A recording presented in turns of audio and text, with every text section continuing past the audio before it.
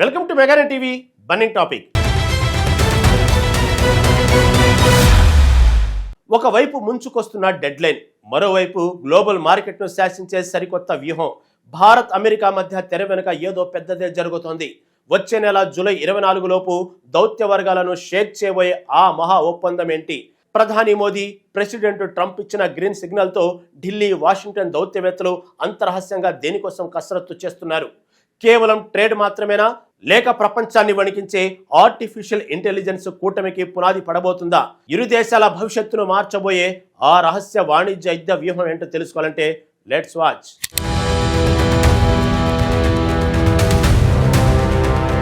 America అధ్యక్షుడు Donald ట్రంప్కు స్వదేశీ రాజకీయాల్లో ఊహించని రీతిలో గట్టి ఎదురు దెబ్బ తగిలింది. ఇరాన్పై సైనిక చర్యకు వెళ్లకుండా ట్రంప్ జోరుకు కళ్లెం వేసేలా అమెరికా సెనెట్ కీలక నిర్ణయం తీసుకుంది. ఇరాన్పై సైనిక దాడిని అడ్డుకోవడమే లక్ష్యంగా ప్రవేశపెట్టిన యుద్ధ అధికారాల తీర్మానానికి సెనెట్ ఆమోదముద్ర వేసింది. మంగళవారం జరిగిన ఓటింగ్లో 50కి 48 ఓట్ల తేడాతో ఈ తీర్మానం నెగ్గడం గమనార్హం. యుద్ధాన్ని ఆపాలని కోరుతూ సెనెట్ ముందుకు ఈ తీర్మానం రావడం ఇది 10వ కాగా ఆమోదం పొందడం ఇదే ప్రథమం. ట్రంప్ సొంత పార్టీకి చెందిన 4 రిపబ్లికన్ సెనేటర్లు కూడా ఇరాన్తో యుద్ధాన్ని వ్యతిరేకిస్తూ ఓటు వేయడం విశేషం. ఇప్పటికే ప్రతినిధుల సభ కూడా యుద్ధ అధికారుల తీర్మానానికి గ్రీన్ సిగ్నల్ ఇచ్చేసింది. ఈ తీర్మానం చట్టబద్ధంగా అత్యంత శక్తివంతమైనది కాకపోయినా చట్టసభ్యుల అసంతృప్తిని స్పష్టం చేస్తుంది. ఇరాన్తో యుద్ధం, ఇటీవల కుదిరిన అవగాహన ఒప్పందంపై పార్లమెంట్ సభ్యులలో తీవ్ర అసంతృప్తి పెరుగుతుందని దీని ద్వారా ఎక్కువగా అర్థమవుతుంది.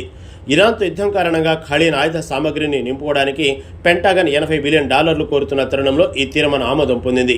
ఈ నాటిక పరిణామాల మధ్యనే ట్రంప్ తీసుకున్న ఎన్నికల సంస్కరణల నిర్ణయాలపై ఫెడరల్ కోర్టు శాశ్వత నిషేధం విధిస్తూ తీర్పునిచ్చింది.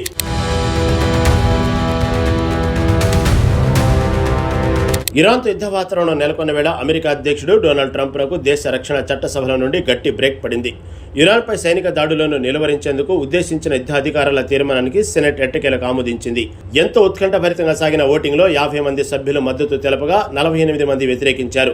గతంలో 9 సార్లు ఈ తీర్మానం వీగిపోగా 10వ ప్రయత్నంలో రక్షణ వ్యూహాలకు వ్యతిరేకంగా సెనెట్ విజయం సాధించింది. ట్రంప్కు షాక్ ఇస్తూ 4 రిపబ్లికన్ సెనేటర్లు విపక్షాలతో చేతులు కలిపి ఈ తీర్మానానికి అనుకూలంగా నిలిచారు. ప్రతినిధుల సభ కూడా ఇప్పటికే ఇరాన్పై యుద్ధాన్ని వ్యతిరేకిస్తూ తీర్మానాన్ని ఆమోదించిన సంగతి తెలిసిందే. చట్టసభ్యుల్లో ఇరాన్ యుద్ధ విధానాలపై ఇటీవల కుదిరిన ఎంయూపై ఎంతటి వ్యతిరేకత ఉందో ఈ పరిణామం అద్దం పడుతుంది. సైనిక చర్యల కారణంగా ఖాళీన ముందడుగు ఆయుధాలు తిరిగి సమకూర్చుకోవడానికి పెంటాగన్ భారీగా నిధులు కోరుతుంది. అమ్ముల పొదిని నింపేందుకు ఏకంగా $80 బిలియన్ కావాలని కాంగ్రెస్ ను పెంటాగన్ డిమాండ్ చేస్తుంది. రక్షణ పరంగా ఇలాంటి ఉత్కంఠ సాగుతుండగానే ఇటు దేశంగా ట్రంప్ జారీ చేసిన ఎన్నికల ఉత్తర్వులను ఫెడరల్ కోర్టు కొట్టివేసింది. అధ్యక్షుడికి ఎన్నికల విషయంలో ఎలాంటి రాజ్యాంగ అధికారాలు లేవని స్పష్టం చేస్తూ బోస్టన్ కోర్టు న్యాయమూర్తి శాశ్వత నిషేధం విధించారు.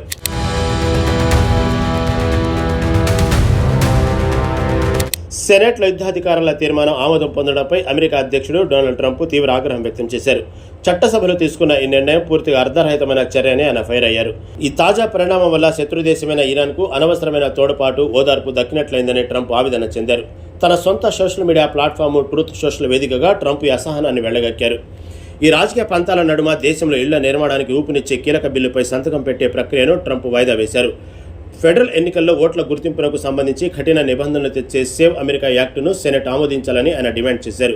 ఆ కఠిన చట్టాన్ని ఆమోదిస్తేనే తాను ఇళ్ల నిర్మాణాల బిల్లులపై సంతకం చేస్తానని ట్రంప్ ఒక రకమైన షరతు విధించారు. ఒకవైపు పార్లమెంట్లో ఇలాంటి ఉద్రిక్తతలు నడుస్తుండగానే కోర్టు రూపంలో ట్రంప్కు మరో భారీ ఎదురు దెబ్బ తగిలింది.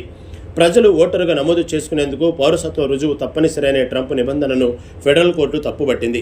ఎన్నికల ప్రక్రియను నియంత్రించే అధికారం కేవలం రాష్ట్రాలకు, కాంగ్రెస్కు మాత్రమే ఉంటుందని న్యాయమూర్తి స్పష్టం చేశారు. అధ్యక్షుడి చర్యలు స్పష్టంగా దేశంలోని అధికార విభజన సూత్రాలను ఉల్లంఘిస్తున్నాయని బోస్టన్ డిస్టిక్ కోర్టు తీర్పునిచ్చింది.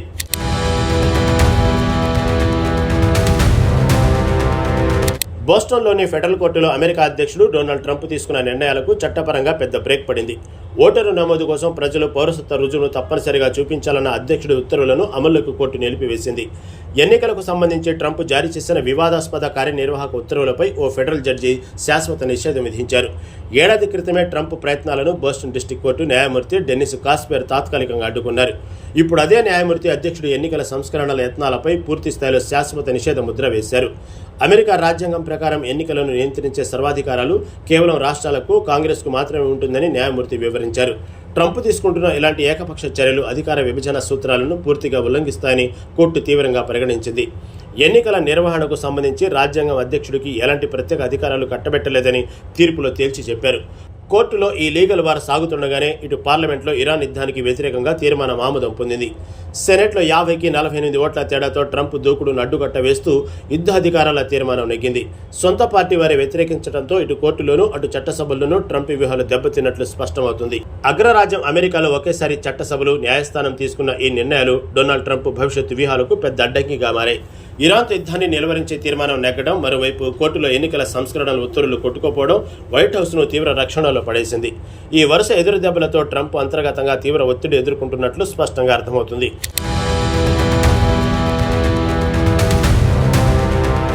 పెంటగాన్ కోరుతున్న $80 బిలియన్ రక్షణ నిధులపై చట్టసభ్యుల అసంతృప్తి ఎలాంటి ప్రభావం చూపుతుందనేది ఇప్పుడు ఆసక్తికరంగా మారింది.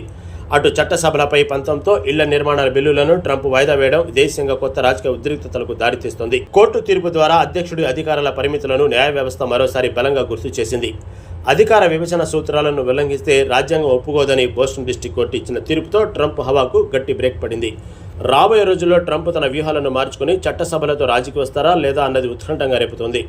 శత్రు దేశమైన ఇరాన్ విషయంలో చట్టసభ్యులు తీసుకున్న ఈ కఠిన నిర్ణయం అంతర్జాతీయంగానూ పలు చర్చలకు వేదికైంది. స్వదేశంలోనే స్వపక్షం నుండి ఎదురైన ఈ తిరుగుబాటు ట్రంప్ రాజకీయ పట్టును కాస్త బలహీనపరిచిందనే వాదనలు వినిపిస్తున్నాయి.